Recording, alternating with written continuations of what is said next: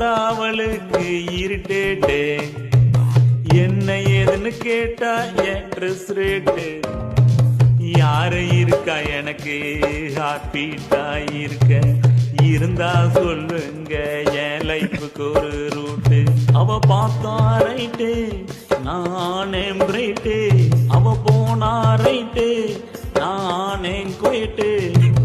குயிலிய queen அவ நடந்து வந்தா பையனு, வேறு சீஸ் நவ்வு. குயிலிய குயினு அவ நடந்து வந்தா பையனு, நவ்வு சீஸ் காணு. என்னடா பண்ணி வச்சிருக்கீங்க?